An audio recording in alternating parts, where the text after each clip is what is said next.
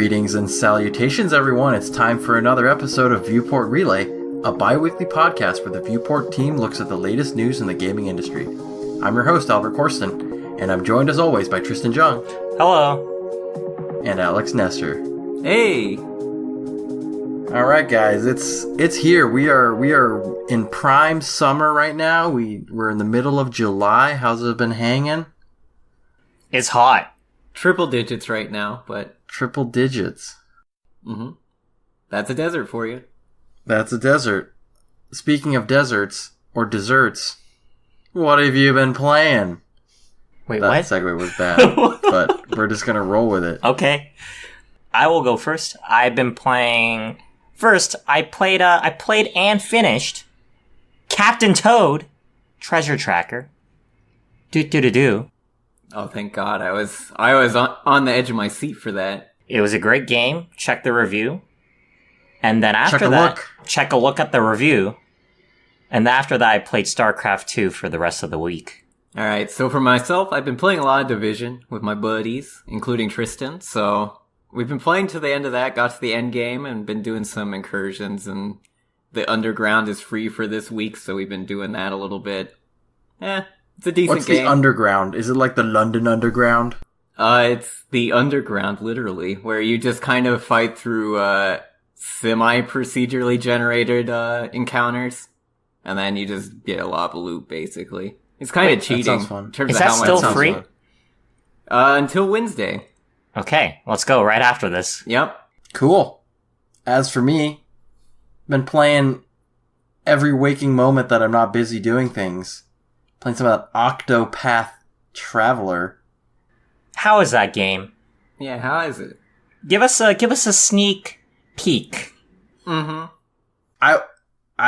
They're by super quick, what I like, what I don't like. What I like, I love the art style. The art style's great. What I like, I love the music. The music's very good. What I really like, the combat. The combat's very good. What I don't like, the stories for some of the characters are pretty weak. And another thing I don't like is the connection between the characters. Like, you're traveling as a group, but it feels really disconnected still, as in your party together. So you'll fight, like, it'll be during the cutscene, like, going through one character's story, and he's, like, going around the town, and then you'll fight a boss, and then your whole party will be there. And it's like, well, why wasn't my party, like, interacting with anything during the actual story? But it's an interesting decision. It has its merits as well, as in if you're not really interested in a certain story, you can just kind of blow it off, or it lets you play at your pace and how you want to play. But due to that, I would say the overall cohesion between the characters is lower. All right, let's jump into news. And heads up, there will be a game at the end of the show. So Oh God. No. we need another winner this week. All right, our first story. We have the Overwatch League coming to ESPN, Disney, and ABC. That's pretty much it. That's the headline. What do you guys think about that? Esports coming to TV. So, this happened before a couple of times with other games, right? CSGO, right? CSGO, Dota 2, Fortnite. Probably not Fortnite, but I don't think Fortnite yet, but I think that's on the horizon. Fortnite's gonna be the biggest thing. But this is a little bit different because I remember Dota 2 was only on ESPN 3, but this is on like ESPN OG and ABC. So this is And like Disney. And Disney. Disney XD. I don't know how many people watch that, but it's probably less than ABC. So this is a very big audience. I hope they can pull it off really well. From what I've kind of seen and heard about OWL, they seem to be probably like the top tier of production. So I have my confidence that they'll do well, minus all the drama that goes on with the harassment and stuff that we talked about in the previous episodes. So I'm pretty excited. Can't wait to see what it actually looks like. It's definitely been a very nicely produced affair that's gone on. It has a very nice set. I want to say that much. It's very pretty. Blizzard never really disappoints when they come to just building a stage. It kind of harkens back to what Tristan was saying about StarCraft 2 and why couldn't Blizzard put that much effort back then into their esports scene. Makes you a little sad. Mm-hmm. They were saving it up for this. They knew Overwatch was going to be this big. I mean, the Korean production value is pretty good, but I mean, I think Overwatch League just takes it to a whole new level. So I've had a question looming, and we brought it up earlier a little with CSGO, but that's only in Europe. Do you see any more, I don't know how to call it, realistic games coming to TV, as in CSGO or Rainbow Six Siege? Or do you think that potentially American media standards wouldn't allow something more realistic and would only allow something like Overwatch League, which has a more cartoon aesthetic? I think, for one, I think it would be still a little bit taboo. There'd be a lot of pushback, I think, from a lot of people. And then partly it's just not as appealing to a lot of people, to a wide audience, compared to something like Overwatch. It's a lot more well-known. There's a lot more marketing behind it, a lot of toys and things like that. I think that's what pushes it, and why I think that Fortnite will follow probably pretty closely in the heels of Overwatch in terms of broadcasting on normal TV. I agree. I don't know how you could kind of broadcast Fortnite to the general mass. Yeah, not currently, unless they come up with some better spectator system. Mm-hmm. But I can see that being the next one. It's like, if you look at all the kind of big or largely broadcasted games, first of all, CSGO is pretty big. I would say it's bigger than Dota 2 now, right? No, Dota 2 has about double the player base of CSGO. Okay, JK. Peak player counts for CSGO is about 400k. Peak player counts for Dota 2 is about 650,000. What about God. Team Fortress 2? I think it's my favorite class is the spy. No, I think the reason why Dota has more global appeal, like especially China, right? You get China, you've pretty much, although they are counted differently, I think, because they're on the Perfect World servers. But right. Dota's popular in everywhere, pretty much. Yeah. A huge C scene, which is unheard of for most games. Yeah. Huge C scene, huge CIS scene. Mm-hmm. CSGO also has a large CIS scene. Right. I don't know where Tristan's original comment was going. I'll let him go back to that. I was just saying, like, the art style of all the big esports tend to be the same, right? Dota 2 is a little rubbery. League is very cartoonish. StarCraft 2 is also very rubbery, or like Play-Doh, I guess. And Overwatch is within that same realm. So, the logical next step is Fortnite. We're not going to see PUBG. No, yeah, definitely agreed. not. Although it's been proven a little bit over and over again that battle royales aren't as exciting of a sport as a team sport. Even though it are squads, it's just not the same level of coordination required.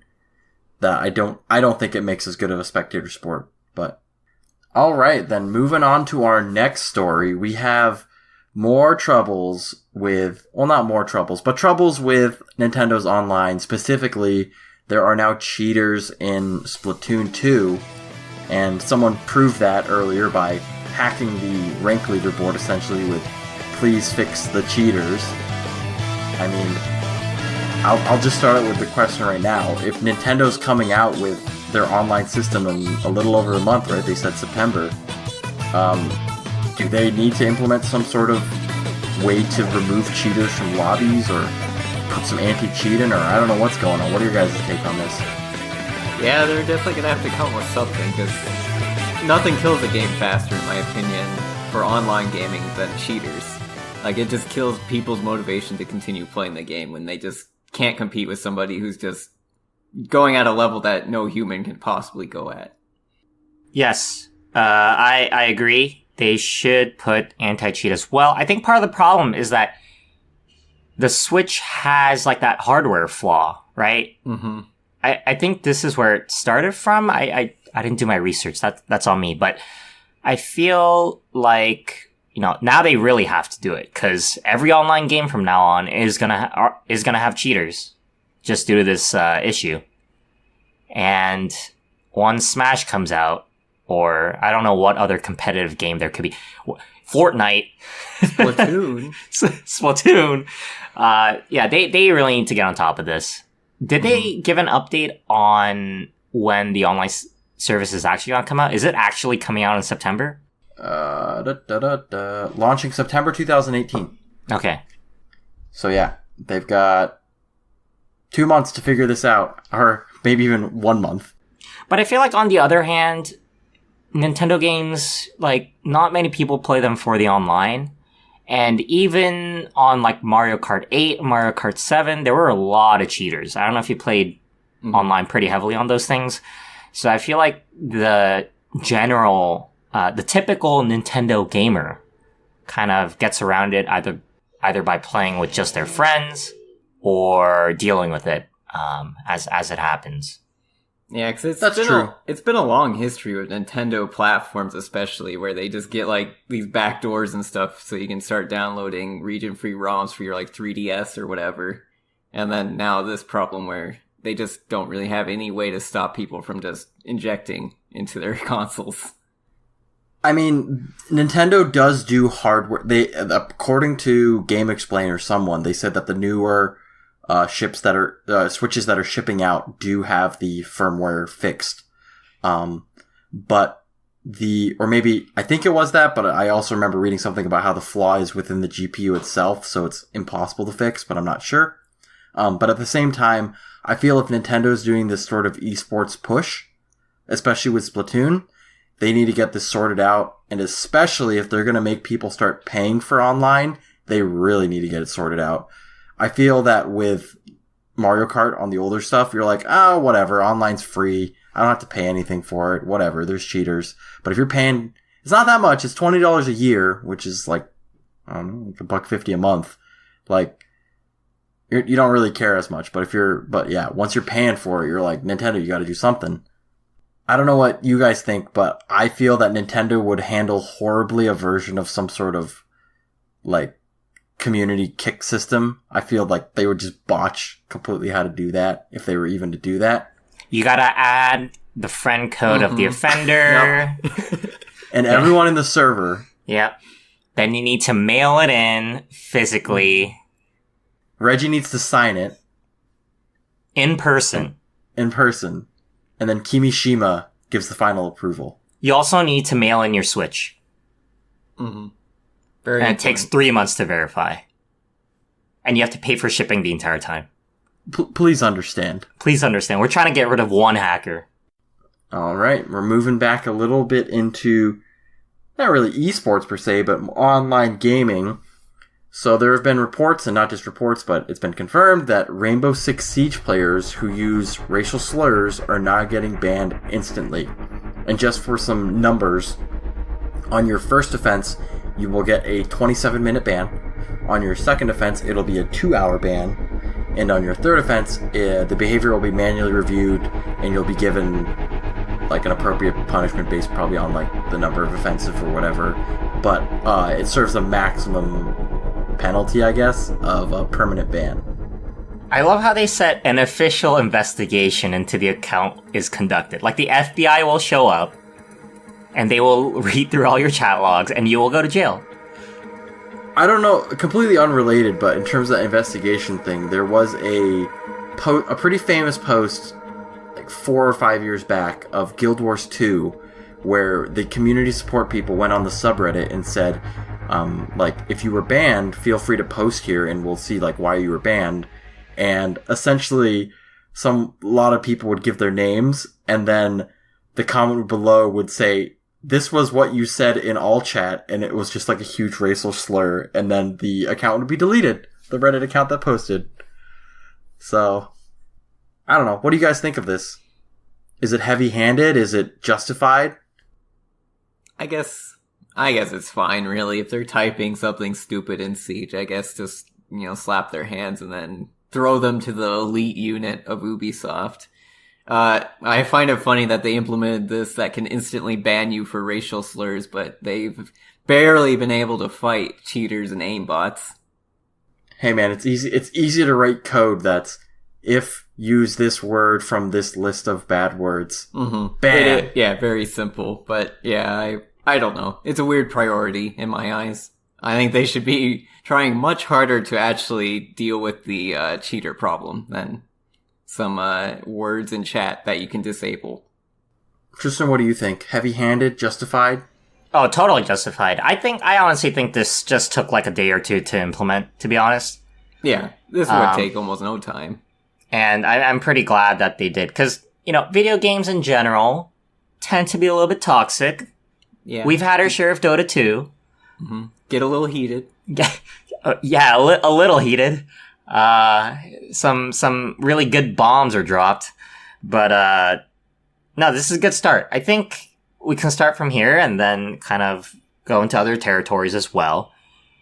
And I am also glad to see that Ubisoft has a very hard stance. They're not like wavering and being like, oh, maybe we'll unban you. They're like pretty happy about what they're doing right now. If you've seen their responses on Twitter. Mm-hmm. I have, yeah. It's pretty great. And I agree. I think this is honestly a system every game should put in. I think that games are for fun. Like, people play them for their enjoyment. And honestly, I think if you're a toxic player, you can be toxic all you want. Like, you can rage in your own house. If you're playing a game with friends, you can rage in your friend's TeamSpeak or Mumble or Discord or whatever. But, like, as soon as you bring it out into, like, all chat or whatever you want to call it, like, that doesn't need to be there. You're ruining everyone else's fun. And games are all for fun in the end, right? So, I mean, let's just be respectful. That's all I ask. Yeah, exactly. Like, you wouldn't go, like, if you were playing a game of pickup basketball, I mean, I can't say this for everyone, but hopefully you wouldn't be using this sort of language out, like, in person like that. So why does, just because you're in an online game, allow you to, the rules are different for some reason. And I think that with the low amount of, like, the first ban's only 27 minutes and the second ban's 2 hours, right? It's just like a cool off period, right? Like, if you're getting heated, that's fine. We get heated playing games, but it's like, hey, just take a half-hour break. Like, chill out. Moving on, question mark? Moving on, period. That means it's a statement. So our next story, we've got Nintendo and Square Enix underestimating the sales of Octopath Traveller extraordinarily, and that Amazon, it shows a back order of 1 to 2 months if you want a physical copy. And Square Enix has apologized multiple times for the shortage of physical copies, especially in Japan, as they restocked last week and it sold out in 3 hours.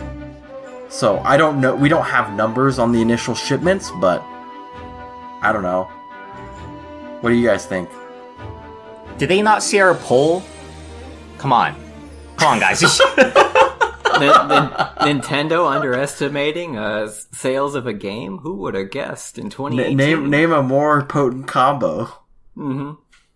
But but I want to. I guess. Wait, go ahead if you had something.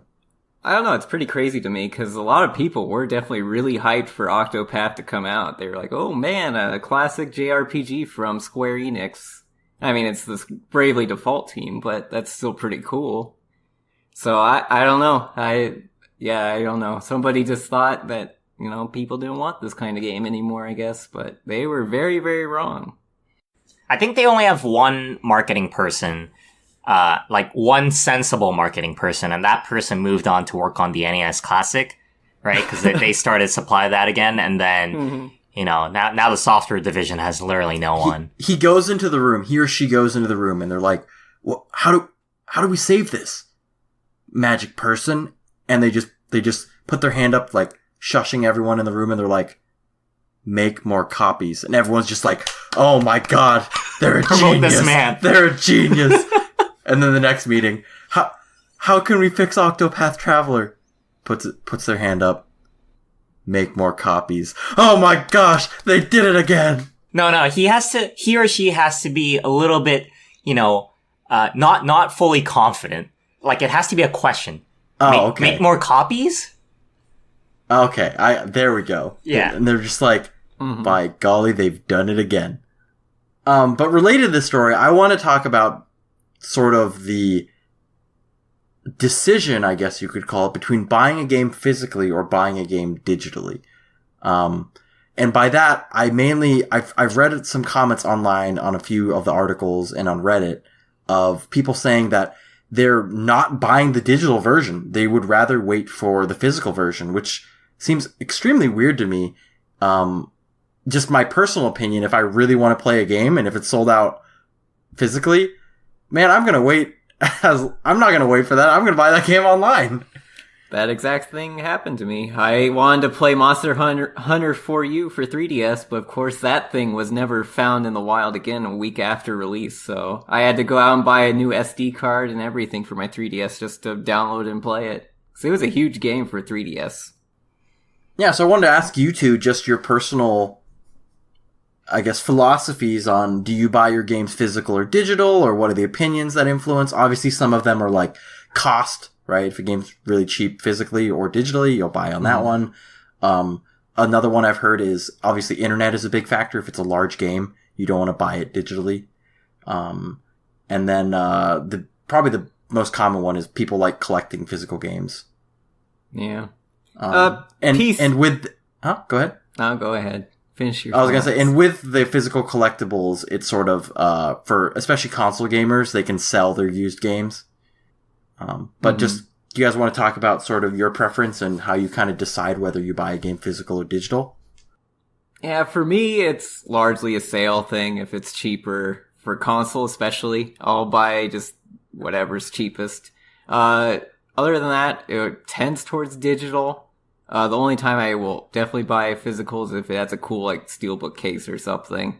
Maybe it comes with an extra thing. I don't know, some collectible. That I can. So you're talking about collector's editions, things like that. Yeah, things like that, exactly. PC, obviously, it's just basically all digital at this point, so. Yeah, I was gonna say, it's actually almost impossible to buy PC games. I haven't bought a physical PC game in a very long time, at least 5 years, but I've heard most PC games that you buy physically just have a Steam key on the inside, usually. That's all it is, and the disc just has a Steam installer on it, so. Okay. There's really no point to buying a physical PC copy anymore. Unless you really like the box. Tristan, what are your mantras on physical or digital?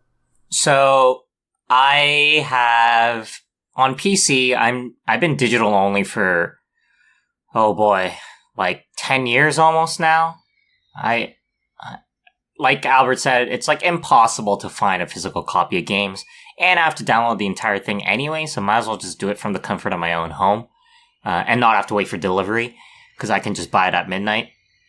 For PS4, I buy physical because I don't have enough space on my hard drive. But I think my high-level mantra is, if it's something I really want to collect that I actually won't open, so I buy physical copies of all Kirby games and I never open them. Sure, okay. So I have like the old SNES games, the NES games, and they're all like shrink wrapped. I did not open them. They're in like their pristine state. And then depending on the console, I just go with the flow, whatever's most comfortable with me. At this point, I've like given up caring about what I have physically or digitally. Just, I want to ask you, I feel like handheld consoles are the biggest mix for me personally, whether I buy digital or physical. So when it comes to your Switch, do you buy digital or physical? Oh, everything digital. I don't want to switch cartridges. You don't want, even though it's portable? Even though it's portable, that, like, I don't want to carry 10... I have like 40 games on my Switch. Oh boy. I don't want to carry 40 cartridges. Who really cares what we think, right? Let's bring it out to On the Street reporting with Twitter correspondent Tristan Jung for what our listeners think of digital versus physical. Hello, my name is Tristan Jung. I'm Twitter correspondent Tristan Jung. I'm gonna cut that out. That's your official title? Tristan Jung, Twitter correspondent Tristan Jung. That's my full name. We've asked a question on Twitter. It's the question that divides all gamers. Do you prefer physical or digital copies of games? Now, there's still 12 hours left on this poll, so things may swing around, but as of now, we have 90 votes, and 64% says physical. Interesting. And we also had a follow-up question, which was kind of related to what Albert was talking about with respect to Octopath. If the physical copy was sold out for months, would you be okay with settling with the digital version? And 70% said they'll just go with the digital. They don't want to wait. My people. Your people.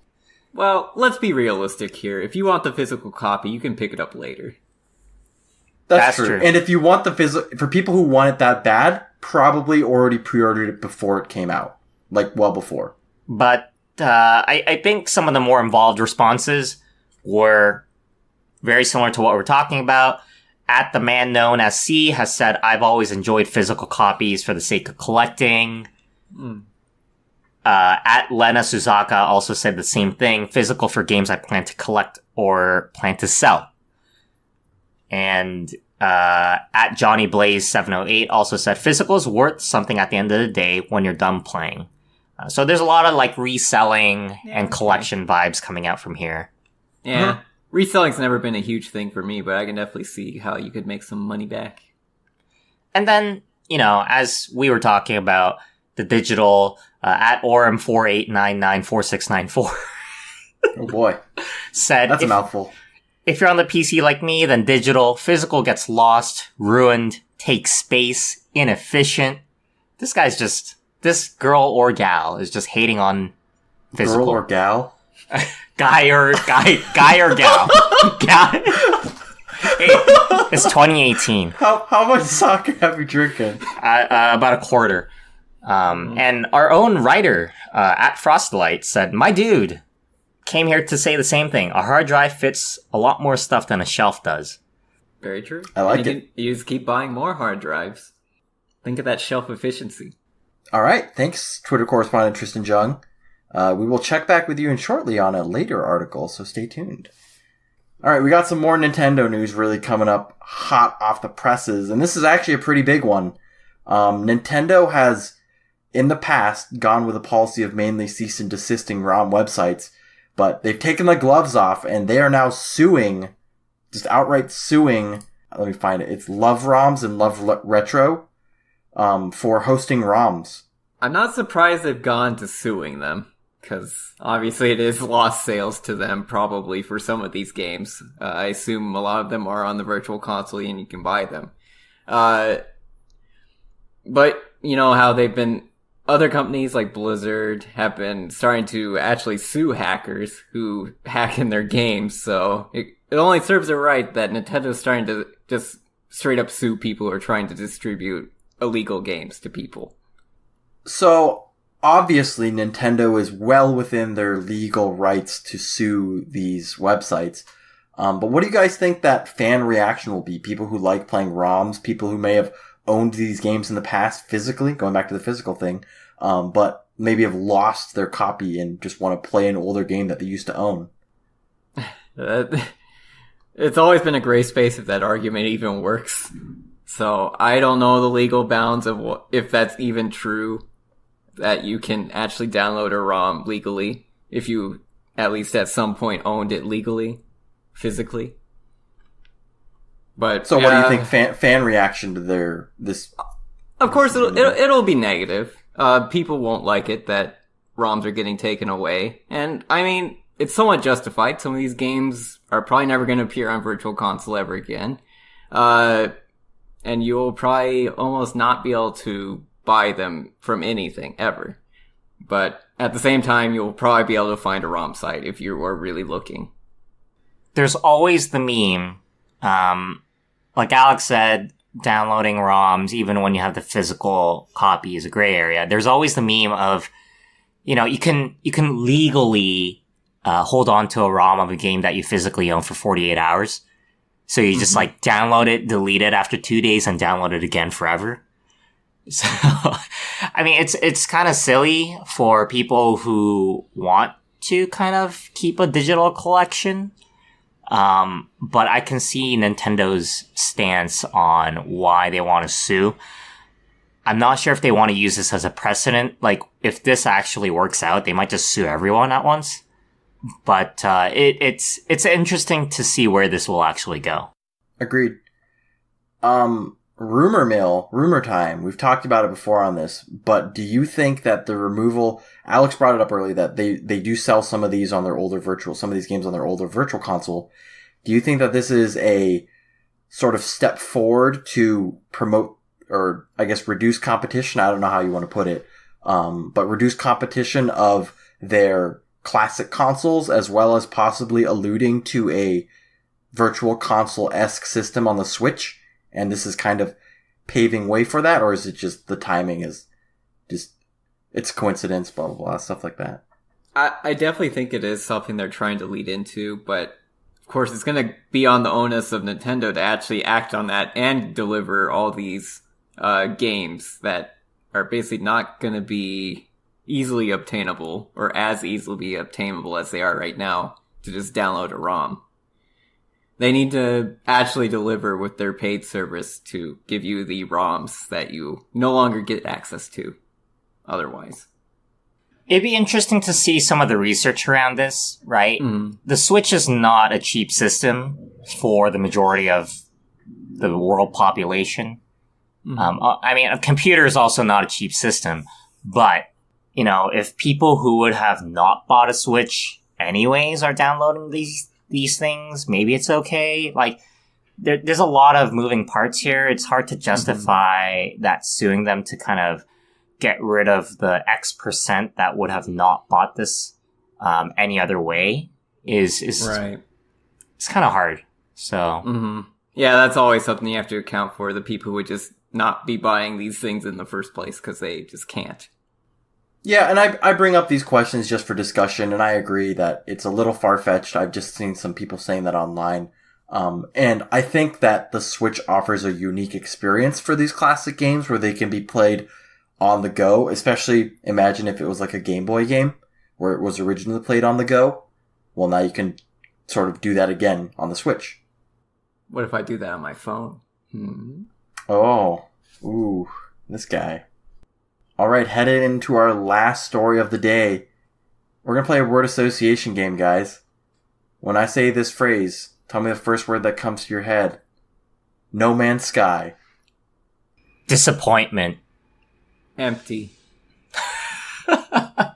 Oh boy. All right, well, those are some harsh words, possibly justified, but over the past 2 years, No Man's Sky has been getting a lot of updates, sort of promising the features that it originally was promised. I hate to use the word again, but originally promised. Has it been 2 years? Yes, it has. It was my summer goodness. 2016, wow. I think. I just want to talk about how much of a turnaround this game has had, and with the latest message that Sean Murray put out to the community, he essentially he talked about the growth of the game and how they definitely did make mistakes at the start and what they promised, and sort of how they marketed the game, I guess, and how they've been sort of trying to realize that dream. I guess, what do you guys think of sort of the initial launch of No Man's Sky and how it's progressed over the past 2 years? I don't know what the deal was, like, between Sony, or I don't know who was pushing it, I don't remember, but between Hello Games and whoever was selling it, I feel like Hello Games obviously got the short end of the stick, because all the marketing, all the advertisement was like, this is literally gonna be the best game ever, right? You can do everything. It might even be better than Star Citizen. And then when it dropped, it was like, I don't know, 40% done? 30% done? I would say it was closer to a tech demo than anything at that point. Practically, yes. I'm glad the team kind of went in their little hole, literally, because they haven't been communicating with anyone. And they actually delivered on what they wanted to provide. And I think with the next update, they're very close to their original vision of what the game is supposed to be. So I'm pretty impressed, if that's the one word that I can describe Hello Games with. They could have acted a lot of ways coming out of the initial release, just not really caring. Got their money and ran, basically. But no, they stuck with it. They hunkered down and just started building up the game. They knew that they didn't quite deliver, and they just persevered through it. And of course, it's not what you want, where your game is basically released in a not finished at all state. But I commend them for at least sticking with the game and finishing it, or getting it to a more finished state for the people who actually bought the game. What do you guys think of sort of how they handled the original press? I've seen some people say that they should have released a message like this from the start. Like, hey, we screwed up. We're going to fix it. We're not going to abandon this game. Versus, it's definitely, this is the way they went, was radio silence. And I definitely think that was another great alternative. But I felt if they released a message like this right away, it would have felt pretty hollow. People would question if they really were going to even stick with it. I don't know. I think it would have cast a lot of doubt on the team. And I don't think they needed that at the time. So you're saying that, rather than like what is the phrase, like, don't tell me what you think, show me what you think, or something like that? Right. Action, not words. They just were like, all right, we screwed up. Let's get back into the classroom and start building this thing up. I think there's like two things. First, if they released this right after launch, one group of people would have been saying, why don't you just like do this and then release the game? Like, why don't you delay the game? And then the second group of people would have been very, very skeptical of if they can deliver. Yeah. So I think the diehard fans saw the updates come out, and, now they're at this point where these diehard fans are like going out and advocating for the game again. So I think it worked out pretty well in the end. It's a tale of redemption. A happy tale. Happy tale for Hello Games. Sean Murray. Stop dropping names. Last question, super quick one. Would you guys buy this game now? I need to look at more footage of what they've been releasing lately. I haven't been paying much attention to No Man's Sky, to be honest with you. Essentially, the biggest update that just came out was they have multiplayer now. They have increased the base building, so you can pretty much build wherever you want on any planet. Okay. Those are like the biggest features. Well, those are the two big ones that they mentioned when they were kind of advertising, so that's good. Can I be honest? Yes. You can always be honest. I had the Steam store page of No Man's Sky open before we even started recording. Oh my goodness. I'll put my opinion on it. It is 50% off. Oh, okay. I was going to say, this game is still $60. That's crazy when I think about it. Yeah, that is actually pretty crazy. That'd be full price title still. It's 50% off right now, okay? Alright, Tristan, ready to play? No, What are we dropping? I want to play Division. I'm sorry. Sean Murray, you're not even giving him a chance. You know who is going to give him a chance, though? Twitter correspondent Tristan Jung is going to give him a chance and give us the hot scoops on what our listeners have to say about this. Take it away, Tristan. Hi, my name is Tristan Jung, Twitter correspondent Tristan Jung. And we've asked... Different than podcast host Tristan Jung. Yeah, we're two different people. We've asked our Twitter followers, No Man's Sky's next update drops this week. Will you be giving it another chance? And it was a pretty close call, but 57% of our followers did say yes, with an exclamation point. There we go. Optimism. At Terra Dicey said, despite all the hate, I really liked it. I find space very calming, and this game was one of my favorites, although I didn't play much as my computer got damaged after I bought it. Now, it's unclear if the purchase was the cause, or if it was a... Oh, no! There might be some implications to that one. Yeah. You're gonna have to sort that out with Hello Games. At Dad Laser kept it very brief, said, I'm pretty stoked for it. I like it. Mm-hmm. Nice and simple. And at Edmontoniantron, you know what? I'll just say his real name. Bryce Fallon said, he wasn't too sure. He said, I've never played it actually. Would this hive mind called Twitter say this be a good time to pick it up? This new stuff sounds pretty cool. Well, Bryce, look at our poll results. You should pick it up right now. 50%. We're not sponsored off. by Sean Murray. We promise. We're not sponsored by Sean Murray. Sean Murray, if you want to give us a review code, please do. No, honestly, I think these guys put in great effort, and this game deserves another shot. Those are that's my final thoughts on this one. Yeah, I'll be looking into the game. So it was something that interested me, at least a little bit, to look at for the base building. All right, guys. Guess what? We gotta wrap up the news. We got a game to play. We got a game. I'm so excited. But before that, do you guys know what just happened over the past hour? What? What happened? We had no Battle Royale news. I was going to bring that up. The streak is broken. No, there's a conspiracy going on, listeners. I'm looking at the news links doc right now, and Albert picks out the news that we want to talk about, and he explicitly took out all the Fortnite. There was nothing to talk about. You're Tristan correspondent, Tristan Jung. Who do you think you are? This is a pristine news reporting agency. This is a Viewport coup. Relay. There's a coup happening in this news network right now. Oh no! I gotta get out of here. As a host and Twitter correspondent, I just want to say Halo Infinite will not have Battle Royale, and Epic's first official Fortnite competition was a total disaster. Shield your ears! Don't listen to this man! Alright, we got a game. Guys. We gotta play a game. Are you ready? Do I chug or do I wait? You can at least hear the rules. We do not condone the use of alcohol on minors. Okay. This is a G-rated I'm not a podcast. minor. Are you? Alright, let's get to the game. I slapped my leg a little too hard. That kind of hurt. Okay, you ready? The name of this game, guys. We got Enigmatic Enemies. Oh my god. Alright, the goal of this game is to guess the game/series that the enemy is from, or enemies. I will start off with one enemy and move to progressively more notable enemies to make things easier. So I'll start with a really difficult enemy that you're like, what the heck is that? And then I'll keep saying things. Are you gonna do impressions? Because I want to hear you do a thwomp impression again. No, I will. Anyways, you will ring in with a Waluigi. Wah! Oh god. And you get 1 point for the correct answer, for naming the game/series.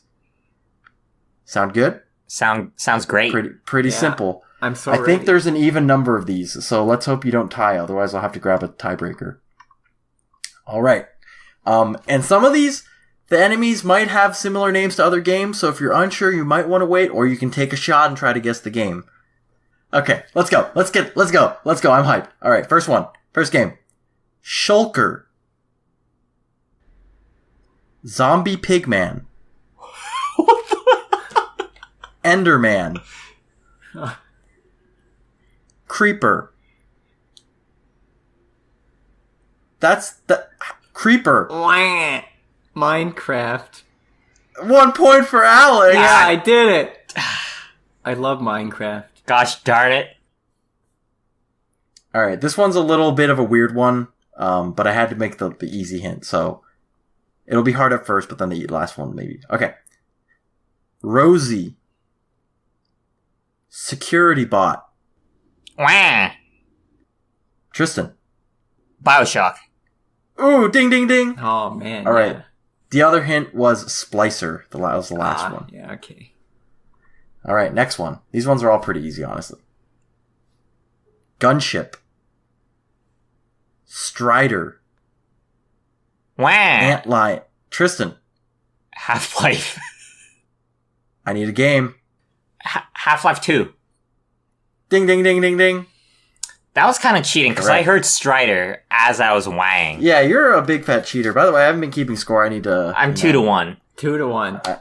Alright. Tristan. Let me write it down. Tristan has 2, right? Alex has 1. All right, you got to give us a little bit more time. We have to process it. Okay, some of these games I have not played, so the order of the enemies might be weird. But that's fine. All right, next one. Garrador. Novistador. Resident Alex. Evil 4. Ding, ding, ding, ding, ding, ding. Oh man. All right, the next ones were Verdugo, and Regenerator. All right, I didn't remember Verdugo, but All right. Tied 2-2. Next game. The Charger. Wah. Oh no! Alex. What? Left 4 Dead 2. Ding, ding, ding, ding, ding, ding. The rest of the hints were the tank, the smoker, and the witch. I knew this one was going to go on the first one. So, next one. Malboro. Wah. Oh God. Why did I do that? Alex. I just need a series for this one. This is not a specific game. Final Fantasy. There we go. Ding, ding, ding, Wow. ding. Wow. I was This like, is oh God, rigged. what a Final Fantasy will I have to guess? Rigged. Collusion. Tristan, you're just mad because you're bad. Collusion. It's okay. I got like 18 of these, so there's still a lot more to go. 18? And Tristan died. All right. Mm-hmm.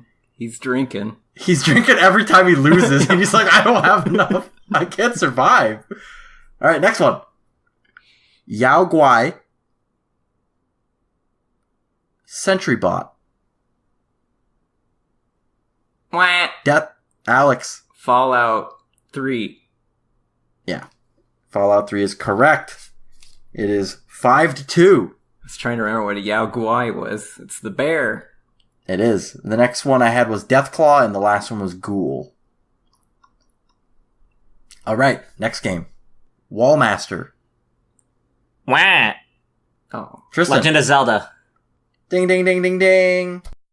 Wallmaster too spoopy though. All right, so the next one was Keese, then Darknut, then Choo Choo. And then Ganondorf. All right. Here's the next one. Scree.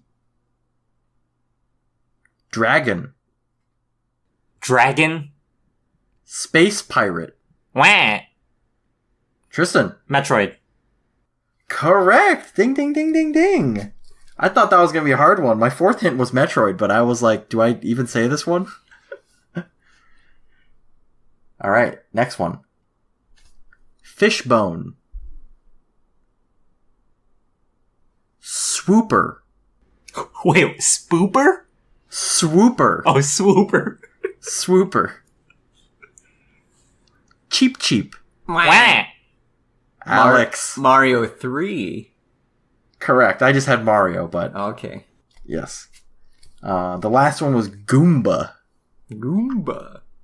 All right. Next one. Jackal.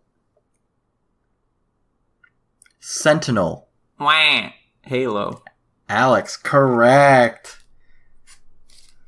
All right. 7-4. Tristan's got to start catching up. This one I don't know if you guys can get, but if you do, congratulations. Spitegeist. Scarewolf. Lunatic. Slime. Wah. Alex. Castlevania? Eh. Oh. Tristan, do you have a guess? Ghouls and Ghosts? Eh. It is Dragon Quest. Okay. Slime. I see. Yeah, okay. Metal Slime would have gotten me. All right. Our next one. Necky. Chomps. Crusher. Wah. Alex. Donkey Kong Country. Oh, correct. Alex is really nailing these ones. Oh, man. Okay. It is 8-4. And we have 6 games left. Don't worry. No. Mm-hmm. 5 games left. I got it. I'll get all 5. Okay. Next game. Goliath. Wah. Wait, no. No, unwah. Alex, I will let you determine if you want to allow his unwah. Let him continue. Okay. So you Goliath. Constructor. Skags. Wah. Borderlands 2. Alex. Correct. Borderlands 2. It is Borderlands 2. The last one was Spider Ants. Oh, and the last one for Donkey Kong Country was Claptrap. That one may be a red herring for Borderlands. Oh, man. Except it's spelled with a K. I think we're done. No, we're not done. We just gotta hear the rest of them. We're done, Alex. I cannot physically win. I must assert dominance. Alright, next one. Razormane. Satyr. Dark Troll. Murloc. Wah. Alex. It's a specific game. Technically yes, but I'll take a universe as well. Warcraft. Yes. These are neutral mobs from Warcraft 3. Okay. Alright, next one. I don't know if you guys have played this, but you might be able to get it. Husk. Collectors. Geth. The Reapers. Alex. It's Mass Effect. Ding, ding, ding, ding, ding. This is a landslide. Alright, we got two more. Charus. Spriggan. Vampire. Draugr. The Elder Alex. Scrolls 5 Skyrim. Correcto mundo. Tristan's not even trying. He's just given up, I think. He's drinking heavily. He's drinking, I know. Alex, you need to work on your WAN game a little, man. I'm sorry, it's hard. I hear wah. Not wah. Wah. There we go. There we go. That's a legit one. Alright, I just gotta get more feisty into it. Alright, here's our last one. Blangonga. Tigrix. No! Monster Hunter. Monster Hunter is correct. The last ones we had were Nibblesnarf, and our easy clue was Rathalos. Okay. Alright, with the final score... Don't say it. Go on, Albert. 14-4. Alex, you are this week's winner. Congratulations. Not this week's, but this episode. We don't do this weekly. This is bi-weekly. I even say at the start. Congratulations. You have bragging rights over Tristan. Here, take the stupid belt. Oh, man. Yep, the belt is Alex's. I gotta raise it aloft. Alright, everyone. That wraps it up for episode 8 of Viewport Relay. Viewport Relay is available on Radio Public, iTunes, Google Music, Stitcher, Podbean, and all your favorite directories. If you enjoyed this episode, please take a moment to subscribe, review, and share it with your friends. We're also on social media as Viewport Gaming on Twitter, Facebook, and Instagram.